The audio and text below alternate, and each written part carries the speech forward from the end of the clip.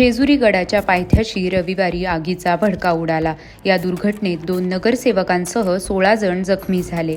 या घटनेचा video social मीडियावर व्हायरल झाला।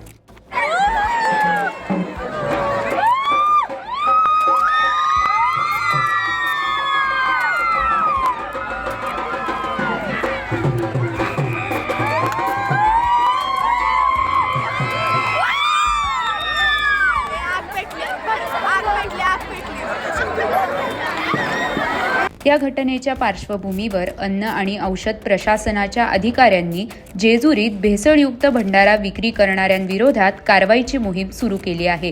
दरम्यान भंडाऱ्याची पोती असलेला एक टेम्पो सोमवारी सायंकाळी जप्त करण्यात आला। अन्न व औषध प्रशासन विभागाच्या अन्न सुरक्षा अधिकारी क्रांती बारवकर, रजिया शेख, लक्ष्मीकांत सावळे, डॉक्टर संदीप शिंदे यांच्या पथकाने ही कारवाई केली। या कारवाईच्या वेळी जेजुरी पोलीस स्टेशनचे सहाय्यक पोलीस निरीक्षक दीपक वागचौरे उपस्थित होते। जप्त करण्यात आलेल्या टेम्पोतील भंडाऱ्याचे नमुने पुढील तपासणीसाठी पाठवण्यात येणार असल्याची माहिती अन्न सुरक्षा अधिकारी क्रांती बारवकर यांनी दिली। नगर परिषदेच्या निवडणुकीत विजयी झालेले उमेदवार रविवारी जेजुरी गडाच्या पायथ्याशी दर्शनासाठी आले होते। यावेळी औक्षण करताना मोठ्या प्रमाणात उधळलेल्या भंडाऱ्यामुळे आगीचा भडका उडाला। या घटनेत 2 नगरसेवकांसह 16 जण जखमी झाले। जखमींची प्रकृती सुधारत असल्याची माहिती सामाजिक कार्यकर्ते माऊली खोमणे यांनी दिली।